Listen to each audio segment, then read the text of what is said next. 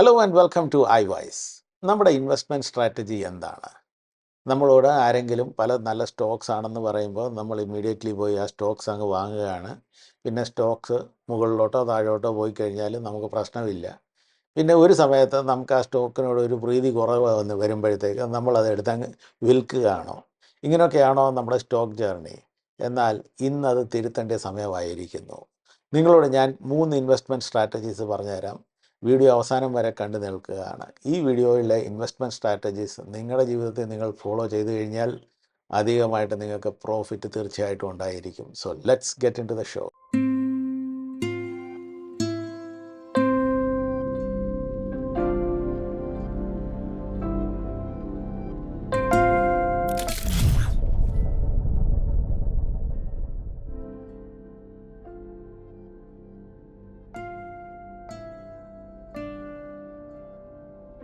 തുടക്കത്തിൽ നമ്മുടെ ഒരു പ്രേക്ഷകൻ്റെ ചോദ്യത്തിന് മറുപടി നൽകിക്കൊണ്ട് തുടങ്ങാം. ഈ പ്രേക്ഷകൻ ചോദിക്കുന്നത്, could you do A review of PGIM small cap fund? Though it has been a great fund, noticed it fell less. Though it has not been a great fund, notice it fell less compared to other funds during the fall, and it is exhibiting resilience of recent. അദ്ദേഹം പറഞ്ഞു വരുന്നതെന്ന് വെച്ച് കഴിഞ്ഞാൽ, അങ്ങനെ വലിയ കാര്യമായിട്ടുള്ള ഫണ്ടൊന്നും അല്ലെങ്കിൽ പോലും ഈ കഴിഞ്ഞ ഈ മാർക്കറ്റ് ഇടിവിൽ ഇത് മറ്റുള്ള ഇടിവിനെക്കാട്ടിലും മറ്റുള്ള ഫണ്ട്സിൻ്റെ ഇടിഞ്ഞു താഴെ വീഴുന്നതിനെക്കാട്ടിലും ഭേദമായിട്ട് ഇത് ചെറുത്ത് നിൽക്കാൻ പറ്റിയെന്നുള്ള ഒരു കാര്യമാണ് ഇദ്ദേഹം പറഞ്ഞത്. അദ്ദേഹം പറഞ്ഞത് ശരിയാണ്. കഴിഞ്ഞ 6 മാസത്തിലും 1 മാസത്തിലും ഉള്ള ഒരു ചേഞ്ച്, ബിക്കോസ് ഞാൻ കമ്പയർ ചെയ്യുന്ന എല്ലാം ഫണ്ടുമായിട്ട് കമ്പയർ ചെയ്യുന്നില്ല. ഇന്ന് മാർക്കറ്റ് ലീഡർ എന്ന് പറയുന്നത് ബന്ധൻ സ്മോൾ ക്യാപ് ഫണ്ടാണ്. അതുമായിട്ട് കമ്പയർ ചെയ്ത് കഴിഞ്ഞപ്പോഴത്തേക്ക് കഴിഞ്ഞ 6 മാസത്തിലും കഴിഞ്ഞ 1 മാസത്തിലും ബന്ധനെ ബീറ്റ് ചെയ്തിട്ടുണ്ട്. അന്നേരം പലർക്കും ഒരു ചോദ്യം കാണുമായിരിക്കും, അന്നേരം ബന്ധൻ വിട്ടിട്ട് അല്ലെങ്കിൽ ബന്ധൻ അല്ലെങ്കിൽ മറ്റ് സ്മോൾ ക്യാപ് ഫണ്ട് വിട്ടിട്ട് PGIM ഇന്ത്യ സ്മോൾ ക്യാപ് ഡയറക്റ്റിലോട്ട് വരണോ വേണ്ടായോ എന്നുള്ള കാര്യം പലരും ചോദിക്കുമായിരിക്കും. അന്നേരം എൻ്റെ ഒരു അഭിപ്രായം അനുസരിച്ച് ഇപ്പം വരേണ്ട കാര്യമില്ല. ചിലപ്പോൾ ഈ PGIM small cap index fund അവരുടെ ആ കോമ്പോസിഷൻ ഓഫ് സ്റ്റോക്സിനെ ഇച്ചിരി മാറ്റിക്കാണും കഴിഞ്ഞ 6 മാസത്തിൽ അല്ലെങ്കിൽ കഴിഞ്ഞ 1 വർഷത്തിൽ. അന്നേരം അതിൻ്റെ ആ ചേഞ്ചും കൂടെ വന്ന് കാണുമായിരിക്കും. അപ്പോൾ ഇത് നമ്മൾ സത്യമായിട്ടും ഇത് നല്ലതായിട്ട് പോകണമെങ്കിൽ നല്ലതായിട്ട് പോകട്ടെ, നമുക്ക് എല്ലാവർക്കും നല്ല കാര്യമല്ലേ. പക്ഷേ 1 വർഷത്തിൽ കൂടുതലാണെങ്കിൽ നമുക്കൊന്ന് ചേഞ്ച് അനുഭവിച്ചറിയാനും അതൊന്ന് കൺസിസ്റ്റൻ്റ്ലി അത് മുകളിലോട്ട് പോകുന്നുണ്ട്, it's beating the other people in the same fund കാറ്റഗറിയിലാണെങ്കിൽ അന്നേരം നമുക്ക് ഒന്ന് സ്വിച്ച് ചെയ്യാൻ നോക്കാം. പക്ഷേ ഇപ്പം തൽക്കാലം ഇച്ചിരി പ്രീമാച്യൂർ ആയിട്ടാണ് എനിക്ക് തോന്നുന്നത്. So let's keep and watch. അല്ലാതെ പ്രത്യേകിച്ചൊന്നും പറയാനില്ല. ഇത് നല്ലപോലെ മുകളിലോട്ട് പോകാൻ, എസ്പെഷ്യലി മാർക്കറ്റ് ഇടിവിൽ അത് ചെറുത്ത് നീക്കാൻ പറ്റുവാണെങ്കിൽ ഗുഡ്, അത്രേ ഉള്ളൂ. ഓക്കെ, അന്നേരം നമ്മുടെ മെയിൻ ടോപ്പിക്കിലോട്ട് നമുക്ക് പ്രവേശിക്കാം. മെയിൻ ടോപ്പിക് എന്ന് വെച്ച് കഴിഞ്ഞാൽ ഇൻവെസ്റ്റിംഗ് സ്ട്രാറ്റജീസ്. നമ്മൾ ഏതൊക്കെ രീതിയിൽ ഇൻവെസ്റ്റ്മെൻറ്റ് നടത്തണം. പലപ്പോഴും നമ്മൾ പല സമയത്ത് തെറ്റായ ഇൻവെസ്റ്റ്മെൻറ്റ്സ് ഒക്കെ നടത്തി കാണും. പക്ഷേ ഇന്നാണ് അത് ബേസിക്കലി തിരുത്തുവാനുള്ള സമയം. നമ്മൾ തെറ്റായിട്ട് ഇൻവെസ്റ്റ്മെൻറ്റ് ചെയ്തിട്ടുണ്ടെങ്കിൽ, തെറ്റായിട്ട് ഇൻവെസ്റ്റ്മെൻറ്റ് ചെയ്തില്ലെങ്കിൽ അതങ്ങനെ തന്നെ നടക്കട്ടെ. സോ ആദ്യത്തെ ഒരു ടോപ്പിക്കിലോട്ട് നമുക്ക് പ്രവേശിക്കാം. ആദ്യത്തെ എന്ന് വെച്ച് കഴിഞ്ഞാൽ വാല്യൂ ഇൻവെസ്റ്റിംഗ്. വാല്യൂ ഇൻവെസ്റ്റിംഗ് ആ പേരിനകത്ത് തന്നെയുണ്ട്. നമുക്ക് നല്ല വാല്യൂ കിട്ടുമ്പോൾ നമ്മൾ ഇൻവെസ്റ്റ് ചെയ്യുകയാണ്. പിന്നെ അത് വർദ്ധിച്ചു വരുമ്പോഴത്തേക്ക് നമ്മൾ അതിനെ വിൽക്കുകയോ എങ്ങനെയെങ്കിലും ഡീൽ ചെയ്യുകയാണ്. അന്നേരം ഇംഗ്ലീഷിനകത്ത് ഞാനൊരു ഡെഫിനേഷൻ ഇട്ടിട്ടുണ്ട്. അത് എൻ്റെ അഭിപ്രായ പ്രകാരമുള്ള ഡെഫിനേഷൻ അല്ലാതെ ഒഫീഷ്യൽ ഡെഫിനേഷനൊന്നുമല്ല. In simple terms, value investing is investing in a stock that is undergoing a temporary problem which is controlled by circumstances. ചില സ്റ്റോക്സ് നമുക്ക് ഡിസ്കൗണ്ട് കിട്ടും ചില സമയങ്ങളിൽ. അന്നേരം നല്ല സ്റ്റോക്കാണെങ്കിൽ അതിന് ഇൻഹെറൻ്റ്ലി നല്ല വാല്യൂ ഉണ്ടെങ്കിൽ അത് നമ്മൾ അന്നേരം കയറി ഗ്രാബ് ചെയ്തോണം. അതിനെ നമ്മൾ വിട്ടുകൊടുക്കാൻ പാടില്ല. അതാണ് ബേസിക്കലി ഇൻവെസ്റ്റിങ്ങിനകത്ത് വാല്യൂ ഇൻവെസ്റ്റിംഗ്. ഈ വാറൻ ബുഫയും ചാർലി മുങ്കറും അങ്ങനെയൊക്കെയുള്ള ആൾക്കാരുണ്ടല്ലോ, they are all value investors. അവർ ഏത് സ്റ്റോക്ക്, ഇങ്ങനെ സ്റ്റോക്കിനെ നമ്മുടെ കയ്യിലിരിക്കുക, നമ്മുടെ കയ്യിൽ പണം ഇരിക്കുക, നമ്മൾ പോയി അങ്ങ് വാങ്ങുന്നില്ല നല്ല സ്റ്റോക്കാണെന്ന് പറഞ്ഞിട്ട്. അതിൻ്റെ വാല്യുവേഷൻ കറക്റ്റായിട്ട് വരുമ്പോഴാണ് ഇവർ ഈ ശേഖരിച്ച് വെച്ച പണമെല്ലാം ഒരുമിച്ച് പോയി വിട്ടിട്ട് അത് അങ്ങ് ഗ്രാബ് ചെയ്യുന്നത്. അതുകൊണ്ട് ഈ ഒരു കോട്ട് എഴുതിയിട്ടുണ്ടല്ലോ, ഇത് വാറൻ ബുഫയുടെ കോട്ടാണ്. It is far better to buy a wonderful company at a fair price than a fair company at a wonderful price. അന്നേരം എത്ര വണ്ടർഫുൾ ആണെങ്കിലും ഫെയർ പ്രൈസ് കിട്ടിയില്ലെങ്കിൽ ഞാൻ വാങ്ങത്തില്ല എന്നാണ് അദ്ദേഹം പറഞ്ഞു വരുന്നത്. അപ്പോൾ വാല്യൂ ഇൻവെസ്റ്റിങ്ങിനകത്ത് എങ്ങനെയാണ് നമ്മൾ പാരാമീറ്റേഴ്സൊക്കെ ചെക്ക് ചെയ്തിട്ട് ഇത് വാല്യൂ ഇൻവെസ്റ്റ്മെൻറ്റിന് പറ്റിയ പാരാമീറ്ററായി വന്നിട്ടുണ്ട് ഈ പർട്ടിക്കുലർ സ്റ്റോക്ക്, അന്നേരം അതിനെ നമ്മൾ ഗ്രാബ് ചെയ്യണം എന്നുള്ളൊരു കാര്യം നമ്മളെങ്ങനെയാണ് കണ്ടുപിടിക്കുന്നത്? അന്നേരം ആദ്യത്തേത് PE റേഷ്യോ എന്ന് പറഞ്ഞ സാധനമുണ്ട്. PE റേഷ്യോ 15ൽ കുറവായിരിക്കണം. PE റേഷ്യോ 15ൽ കൂടുതലാണെങ്കിൽ അത് വാല്യൂ ഇൻവെസ്റ്റിംഗ് അല്ല. പക്ഷേ അതേസമയം ഒരു 16 വന്നിട്ട് നിൽക്കുകയാണ്, നമ്മൾ ഗ്രാബ് ചെയ്യാതിരിക്കാൻ പറ്റുമോ? ഗ്രാബ് ചെയ്യണം. അന്നേരം ഇതൊരു പാരാമീറ്റർ നമ്മൾ ഒരു ബേസ് ലൈൻ കൊടുത്തിട്ടുണ്ട്, പക്ഷേ അതിനകത്ത് നമ്മൾ തന്നെ ഇച്ചിരി ഒരു വിവരം ഉപയോഗിച്ചിട്ട് നമ്മൾ അഡ്ജസ്റ്റ് ചെയ്യേണ്ടി വരും കേട്ടോ. പിന്നെ PB ratio, price to book ratio ആണ്. ഇത് 1.5-നെക്കാട്ടും കുറവ് വരണം. ഇതാണ് സെക്കൻഡ് പാരാമീറ്റർ. മൂന്നാമത്തേത് cash flow from operations should be positive. Cash ഫ്ലോയ്ക്കകത്ത് ക്യാഷ് ഫ്ലോ ഫ്രം ഓപ്പറേഷൻസ് ഉണ്ട്, ഇൻവെസ്റ്റിംഗ് ഉണ്ട്, അങ്ങനെയൊക്കെ പല ക്യാഷ് ഫ്ലോ ഉണ്ട്. പക്ഷേ ഓപ്പറേഷൻ്റെ ക്യാഷ് ഫ്ലോ കൺസിസ്റ്റൻ്റ്ലി അത് പോസിറ്റീവായിട്ട് വന്നിരിക്കണം. അതിന് വേറെ കുറേ ഫോർമുലാസും കൂടെ ഉണ്ട്. ഒരെണ്ണം discounted cash flows intrinsic value എന്ന് പറഞ്ഞൊരു ഫോർമുല ഉണ്ട്. അതിൻ്റെ ലിങ്കും കൂടെ ഞാൻ ഈ ഡിസ്ക്രിപ്ഷനകത്ത് ഇട്ട് തരാം, ഈ നമ്മുടെ വീഡിയോയുടെ താഴെയുള്ള ഡിസ്ക്രിപ്ഷൻ. അത് നിങ്ങൾ പോയി ക്ലിക്ക് ചെയ്ത് കഴിഞ്ഞാൽ നിങ്ങൾക്ക് കിട്ടും ഫോർമുല. അങ്ങനെ cash flow from operations should always be positive. Always എന്ന് വെച്ച് കഴിഞ്ഞാൽ അങ്ങ് 15 വർഷം മുമ്പ് തൊട്ട് പോസിറ്റീവ് ആകണം എന്നില്ല. പക്ഷേ റീസെൻ്റ്ലി ഒരു 5-6 വർഷമായിട്ട് പോസിറ്റീവ് ആണെങ്കിലേ ഉള്ളൂ നമുക്ക് അതിനകത്തൊരു കോൺഫിഡൻസ് വരുന്നത്. അടുത്ത പോയിൻ്റ് ഡെറ്റ് ടു ഈക്വിറ്റി. അത് 1ൽ കുറവ് തന്നെ വരണം. ഡെറ്റ് ടു ഈക്വിറ്റി എന്ന് പറഞ്ഞു കഴിഞ്ഞാൽ നമുക്ക് എത്ര ഈക്വിറ്റിയുടെ വാല്യൂ ഉണ്ട് അത്രമാത്രം അല്ലെങ്കിൽ അതിൽ കുറവായിട്ടാണ് നമ്മൾ കടം എടുത്തിരിക്കുന്നതെന്ന് അറിയണം. പക്ഷേ കടം ഒത്തിരി എടുത്തു കഴിഞ്ഞ് കഴിഞ്ഞാൽ അത് വാല്യൂ ഇൻവെസ്റ്റിങ്ങിന് വരുന്നില്ല കേട്ടോ. അതുപോലെ തന്നെ promoters holding should be stable or increasing. Promoter ഒരു 4-5-6 വർഷമായിട്ട് അദ്ദേഹത്തിൻ്റെ ഹോൾഡിങ് അത് കൂടുകയാണോ, അന്നേരം നല്ലതാണ്. അത് സ്റ്റേബിളാണോ, അതുപോലെ തന്നെ അതേ ലെവലിൽ തന്നെ ഇരിക്കുകയാണോ, അതും നല്ലതാണ്. പക്ഷേ പ്രൊമോട്ടർ പയ്യെ അദ്ദേഹത്തിൻ്റെ സ്റ്റേക്ക് വിറ്റുകൊണ്ടിരിക്കുകയാണോ, അത് അത്ര നല്ല കാര്യമല്ല. അത് വാല്യൂ ഇൻവെസ്റ്റിംഗ് ആണെന്ന് നമുക്ക് പറയാൻ പറ്റത്തില്ല. പിന്നെ current market sentiment should be negative. തൽക്കാലത്തേക്ക് ഇപ്പം മാർക്കറ്റ് സെൻറ്റിമെൻറ്റ് ആ സ്റ്റോക്കിനെ കുറിച്ച് ആ സെക്ടറിനെ കുറിച്ച് അത്ര വലിയ പോസിറ്റീവ് പറയാതിരിക്കുമ്പോഴാണ് ഈ ഹൈപ്പ് ഇല്ലാതിരിക്കുന്നത്. നിങ്ങൾ മനസ്സിലാക്കണം, ഈ സ്റ്റോക്സിനകത്ത് ഈ സ്റ്റോക്കിൻ്റെ മാർക്കറ്റ് പ്രൈസ് കമാൻഡ് ചെയ്യുന്നതിനകത്ത് നല്ലൊരു എമൗണ്ട് ഇതിന് ഹൈപ്പുണ്ട്. ആ ഹൈപ്പ് ഇല്ലാതിരിക്കുന്നതിൻ്റെ അർത്ഥമാണ് അത് നെഗറ്റീവാണ്. കറണ്ട് മാർക്കറ്റ് സെൻറ്റിമെൻറ്റ് ആ ഒരു ഇപ്പോൾ ഒരു കെമിക്കൽ സെക്ടറിൻ്റെ സ്റ്റോക്സ് ഇപ്പം എല്ലാം ഒരു നെഗറ്റീവ് സെൻറ്റിമെൻറ്റ്സിൽ കിടക്കുകയാണ്. പക്ഷേ അതിൻ്റെ അർത്ഥം കെമിക്കൽ സെക്ടറിൻ്റെ കമ്പനീസൊക്കെ മോശമാണെന്നോ അല്ല. അതുപോലെ തന്നെയാണ് കറണ്ട് മാർക്കറ്റ് സെൻറ്റിമെൻറ്റ് നെഗറ്റീവ് ആയിരിക്കുമ്പോൾ ഈ ടേംസ്, ഈ ഞാൻ പറഞ്ഞ ഈ 5-6 കാര്യങ്ങൾ അത് ഫുൾഫിൽ ആകുവാണെങ്കിൽ that stock is a very good stock. അതിന് വാല്യൂ ഇൻവെസ്റ്റ്മെൻറ്റിൻ്റെ ഒരു ചാൻസ് ഉണ്ട്. നമ്മളത് നല്ലപോലെ അവലോകനം ചെയ്തിട്ട് we can invest or we should invest. ഇപ്പോൾ വാല്യൂ ഇൻവെസ്റ്റിംഗ് നമുക്കറിയാമല്ലോ. ഇതിനകത്ത് വാല്യൂ ഇൻവെസ്റ്ററിനെ പറ്റി വേറെ ഒരു കാര്യം കൂടെ ഞാൻ പറയാൻ ആഗ്രഹിക്കുന്നു. നമ്മളെല്ലാവരും കൂടെ മ്യൂച്വൽ ഫണ്ട്സിലൊക്കെ ഇൻവെസ്റ്റ് ചെയ്യുന്നുണ്ടല്ലോ പല രീതിയിൽ. ഈ mutual fund houses are the best value investors. നിങ്ങൾക്കറിയാവോ, മ്യൂച്വൽ ഫണ്ട്സ് അവരുടെ വാല്യൂ അവരുടെ നമ്മളെല്ലാ മാസവും കൂടെ നമ്മൾ SIP ചെയ്തുകൊണ്ട് പോകുന്നുണ്ടല്ലോ. നമ്മൾ ഈ SIP ചെയ്യുന്നത് അവർ ഇമ്മീഡിയറ്റ്ലി എടുത്ത് അവരുടെ ഉള്ള ആ സ്റ്റോക്കിൻ്റെ ലിസ്റ്റിനകത്ത് കൊണ്ട് അങ്ങ് അടിക്കുകയല്ല. അവരൊരിക്കലും ചെയ്യുന്നില്ല. അത് പാസീവ് സ്റ്റോക്സിനകത്ത് ചെയ്യുന്നുണ്ടായിരിക്കും, പക്ഷേ ആക്റ്റീവ് സ്റ്റോക്സിനകത്ത് അവരങ്ങനെ ഒരിക്കലും ചെയ്യുന്നില്ല. അവരെന്ത് ചെയ്യുന്നറിയാവോ, ആ കറക്റ്റ് സമയത്തിന് വാല്യൂ കിട്ടിയില്ലെങ്കിൽ അവരുടെ ലിസ്റ്റ് ഓഫ് സ്റ്റോക്സ് ഉണ്ടല്ലോ, 10, 30, 40 സ്റ്റോക്സ് കാണുമായിരിക്കും. അതിനകത്ത് അവർക്ക് കറക്റ്റ് വാല്യൂവിലില്ലെങ്കിൽ അവരത് ക്യാഷായിട്ട് ഹോൾഡ് ചെയ്യും. They will never invest. നമ്മുടെ വിചാരം നമ്മളങ്ങോട്ട് ഇട്ട് കഴിയുമ്പോഴത്തേക്ക് ഇമ്മീഡിയറ്റ്ലി ആ ഫണ്ട് അവരുടെ കയ്യിൽ എത്തിക്കഴിഞ്ഞു, അവർ ഇമ്മീഡിയറ്റ്ലി ഒരാഴ്ചയ്ക്കുള്ളിൽ ആ സ്റ്റോക്സിൻ്റെ ആ എമൗണ്ട് വാങ്ങുന്നു, അങ്ങനെയൊക്കെയാണ് നമ്മുടെ ചിന്ത. പക്ഷേ അങ്ങനെയല്ല. അവർ അവരുടെ കയ്യിൽ തന്നെ ആ ക്യാഷ് ഹോൾഡ് ചെയ്യുന്നുണ്ട്. അവർ വാല്യൂ വന്നെങ്കിലേ അവർ ഇൻവെസ്റ്റ് ചെയ്യത്തുള്ളൂ.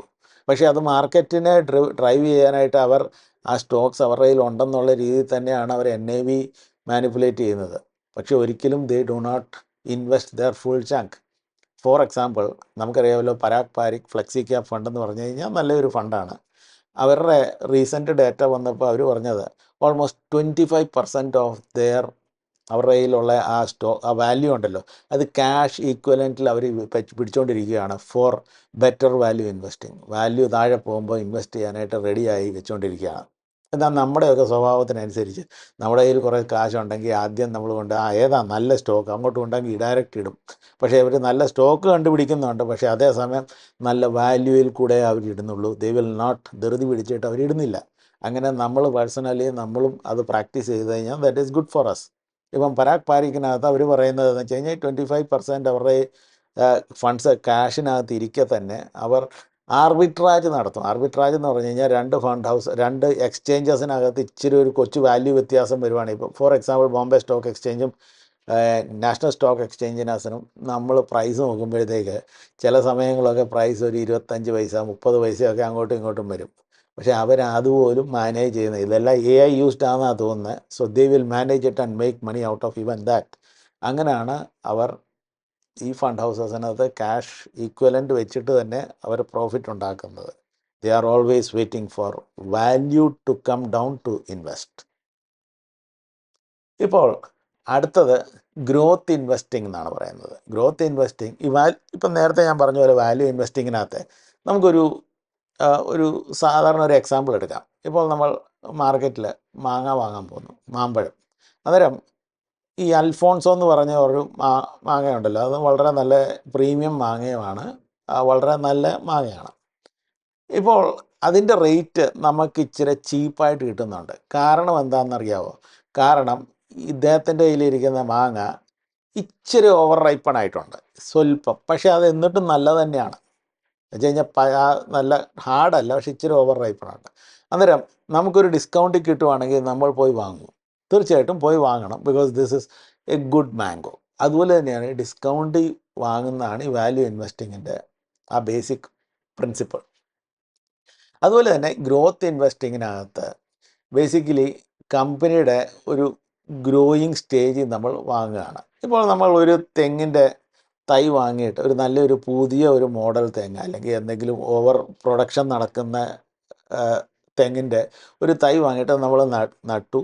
എന്നിട്ട് ഇത് ഫുൾ വളരുവാനായിട്ട് നോക്കിയിരിക്കുക, ഡെയിലി പോയി നോക്കുകയുണ്ട്, ഇല വന്നോ അത് വന്നോ ഇത് വന്നോ. We are always involve in how it is growing. അതിനെയാണ് ഗ്രോത്ത് ഇൻവെസ്റ്റ്മെൻറ്റ് എന്ന് പറയുന്നത്. ഇതിനകത്ത് ഞാൻ ഡീറ്റെയിൽ ആയിട്ട് എഴുതിയിട്ടുണ്ട്. Growth investing is a strategy focusing on buying stocks of companies expected to grow their earnings at an above average rate compared to overall market or their industry. എന്നുവെച്ചാൽ growth strategic അതെന്ന് വെച്ച് കഴിഞ്ഞാൽ നമ്മൾ വെറും അല്ലറ ചില്ലറ വാങ്ങുന്നില്ല. നമ്മൾ ഹൈ എക്സ്പെക്റ്റേഷൻ ഹൈ പൊട്ടൻഷ്യൽ ഉള്ള ഒരു കമ്പനിയാണ് നമ്മൾ വാങ്ങുന്നത്. അന്നേരം നമുക്കൊരു ലോങ് ടേം വ്യൂ ഉണ്ട്. പക്ഷേ അത് അങ്ങ് നമ്മളെ വാല്യൂ ഇൻവെസ്റ്ററിൻ്റെ ആ ലെവലിലല്ല. Value investor is finding a discounted one. പക്ഷേ ഇതെന്ന് വെച്ച് കഴിഞ്ഞാൽ ദിസ് ഈസ് ഓൺ ദ അപ്സ്വിങ്ങിലോട്ട് കയറിക്കൊണ്ടിരിക്കുന്ന സമയത്താണ് നമ്മൾ ഈ പാർട്ടിയെ കയറി വാങ്ങുന്നത്. അങ്ങനെയാണ് ഇതിനെ. ഇപ്പോൾ ചില സെക്ടർസ് ഉണ്ടല്ലോ, ഞാൻ ഇതിനകത്ത് പറഞ്ഞിട്ടുണ്ട്, AI, റോബോട്ടിക്സ്, റിന്യൂവബിൾ എനർജി, ഇപ്പോൾ ഈവൻ നമ്മുടെ ഡിഫൻസ് സെക്ടർ, ഇതൊക്കെ ഒരു ഗ്രോത്ത് ഇൻഡസ്ട്രിയിൽ കയറുന്നതാണ്. ഇതിനകത്ത് നമ്മൾ ഈ ഭാഗത്ത് വാങ്ങിച്ചോ ഈ ഭാഗത്ത് വാങ്ങിച്ചോ അത് പ്രശ്നമല്ല, ബിക്കോസ് അത് അങ്ങ് വരെ പോകേണ്ട സാധനമാണ്. അന്നേരം ഈ സ്വല്പമായിട്ടുള്ള ഡീവിയേഷനകത്ത് നമ്മൾ വലുതായിട്ട് തലഭവിക്കുന്നില്ല. നമ്മൾ കറക്റ്റായിട്ട് ആ ഒരു pre growth or the first stages of ഗ്രോത്തിൽ പോയി ഇൻവെസ്റ്റ് ചെയ്ത് കഴിഞ്ഞാൽ അതിൻ്റെ ആ മാച്യൂരിറ്റി എത്തുമ്പോഴത്തേക്കും നമുക്ക് നല്ലൊരു സെറ്റ് ഓഫ് പണം ഉണ്ടാക്കാൻ പറ്റും. അന്നേരം ഇങ്ങനത്തെ ഒരു ഗ്രോത്ത് ഇൻഡസ്ട്രിക്കകത്ത് നമ്മൾ എങ്ങനെയാണ് ഐഡൻറ്റിഫൈ ചെയ്യുന്നത്? ആദ്യത്തേത്, how to identify whether this is a growing company in a growth sector. ആദ്യത്തെ, sales growth and net profit growth consistently ആയിട്ട് 15% കൂടിക്കൊണ്ടിരിക്കണം. അത് ചുമ്മാ അത് വേവേഡായിട്ട് താഴോട്ടും മുകളിലോട്ടും പോയി കഴിഞ്ഞാൽ താഴോട്ടും മുകളിലോട്ടും പോവുകയൊക്കെ ചെയ്യാം. പക്ഷേ എപ്പോഴും ഇവൻ താഴോട്ട് പോയാൽ പോലും അതും 15% കൂടുതൽ വേണം അതിൻ്റെ sales growth and profit growth. പിന്നെ ROE, ROCE should always be above 15. Debt to equity ratio should always be below 1. Industry position, അത് ഇൻഡസ്ട്രിയിലെ ഒരു 10-15 കമ്പനി ഉണ്ടെങ്കിൽ this should be considered as the leader of the industry or one of the very good or growing among the best. അങ്ങനെയുള്ള സ്റ്റോക്സിൽ നമ്മൾ പോയി invest ചെയ്യാൻ പറ്റത്തുള്ളൂ. പിന്നെ also റാനിൻ്റെ കൂടെ നമ്മൾ പോയി ഇൻവെസ്റ്റ് ചെയ്തിട്ട് കാര്യമില്ല, അത് നമുക്ക് തന്നെ ഒരു പണിയായി തീരും. The company should be gaining market share.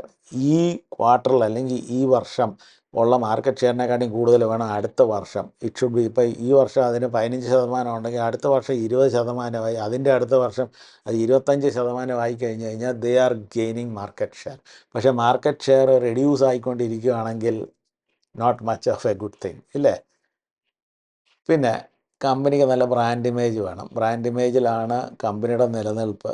Brand image build-up ചെയ്യണമെങ്കിൽ കുറേ സമയമെടുക്കും. പക്ഷേ ബ്രാൻഡ് ഇമേജ് എന്ന് വെച്ച് കഴിഞ്ഞാൽ കമ്പനി നല്ല കമ്പനിയാണെന്നുള്ള ഇമേജ് ബേസിക്കലി അത് പലയിടത്തും അത് പൊയ്ക്കൊണ്ടിരിക്കണം. അങ്ങനെ ഒരു ഇമേജ് ബിൽഡിംഗ് വേണം. പിന്നെ അവസാനത്തെ പോയിന്റ് ഞാൻ കണ്ടെടുത്തോളം ആ കമ്പനിയുടെ മാനേജ്മെൻറ്റ് ഒരു വിഷനുള്ള കമ്പനിയുടെ മാനേജേഴ്സ് ആയിരിക്കണം. മാനേജേഴ്സ് എന്ന് വെച്ച് കഴിഞ്ഞാൽ ആ ടോപ്പ് റാങ്ക് ലീഡേഴ്സ്. അവർ വിഷണറി ആയില്ലെങ്കിൽ, അവർ ചുമ്മാതെ ആ തൽക്കാലത്തെ കുറേ ഒരു ഹൈപ്പിനകത്ത് കയറി അവർ കുറേ കാശുണ്ടാക്കാൻ നോക്കുന്ന ആൾക്കാരാണെങ്കിൽ ഐ ഡോണ്ട് തിങ്ക് അത് വലിയ ഗ്രോത്ത് സ്റ്റോക്കാണ്. ആ മാനേജ്മെൻറ്റ് ഇരിക്കുന്നവർ ആ വിഷണറീസ് ആണോ അല്ലയോ, അവരുടെ പാസ്റ്റ് റെക്കോർഡ്സൊക്കെ ഒന്ന് ചെക്ക് ചെയ്ത് കഴിയുമ്പോൾ നമുക്ക് ഒരുവിധം മനസ്സിലാവും.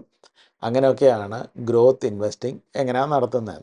അന്നേരം നമ്മളിതുവരെ 2 തരം ഇൻവെസ്റ്റിംഗ് പറഞ്ഞു. വാല്യൂ ഇൻവെസ്റ്റിംഗ്, രണ്ടാമത് ഗ്രോത്ത് ഇൻവെസ്റ്റിംഗ്.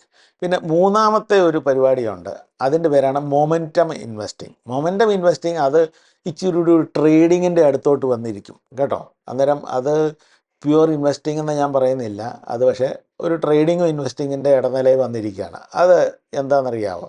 അത് ചില ട്രെൻഡ് പോലെ ഇരിക്കും. ഇപ്പോൾ നമ്മുടെ ന്യൂസ് പേപ്പറല്ല, നമ്മുടെ ടി വി ന്യൂസിനകത്തൊക്കെ ചില ഒരു ഈവൻറ്റ്സ് വരുമ്പോഴത്തേക്ക്, ഫോർ എക്സാമ്പിൾ ഇപ്പോൾ ഇറാൻ ഇസ്രായേൽ വാർ വന്നു, എല്ലാവരും ട്രെൻഡിങ് ആണ്. മറ്റ് പല ന്യൂസുകളെയും പുറകിലോട്ട് തള്ളി. ഇമ്പോർട്ടൻറ്റ് ന്യൂസ് ആണെങ്കിൽ പോലും എല്ലാവരുടെയും കണ്ണു നോക്കിയിരിക്കുന്നത് ഈ കാര്യങ്ങളിലായതുകൊണ്ട് ഇത് ട്രെൻഡിങ്ങിനകത്ത് പോകും.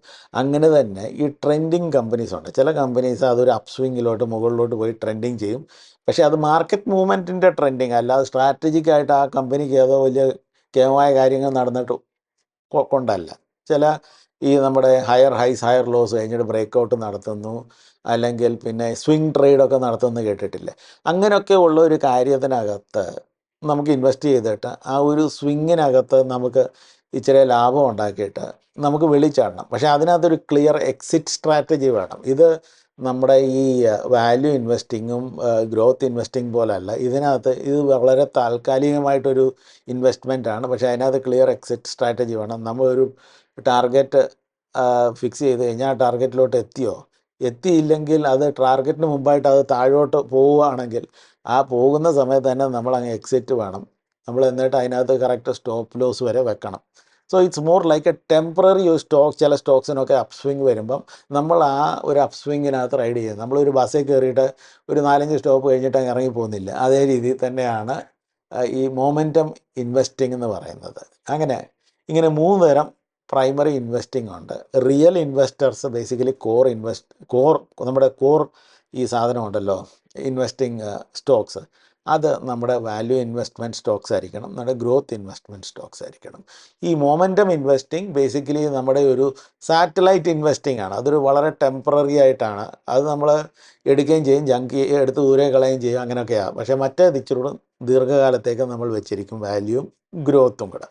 മനസ്സിലായെന്ന് ഞാൻ പ്രതീക്ഷിക്കുന്നു. വീഡിയോ അവസാനിച്ചിരിക്കുന്നു. വീഡിയോ ഇഷ്ടപ്പെട്ടിട്ടുണ്ടെങ്കിൽ ലൈക്ക് ചെയ്യുക, ഷെയർ ചെയ്യുക, സബ്സ്ക്രൈബ് ചെയ്യുക.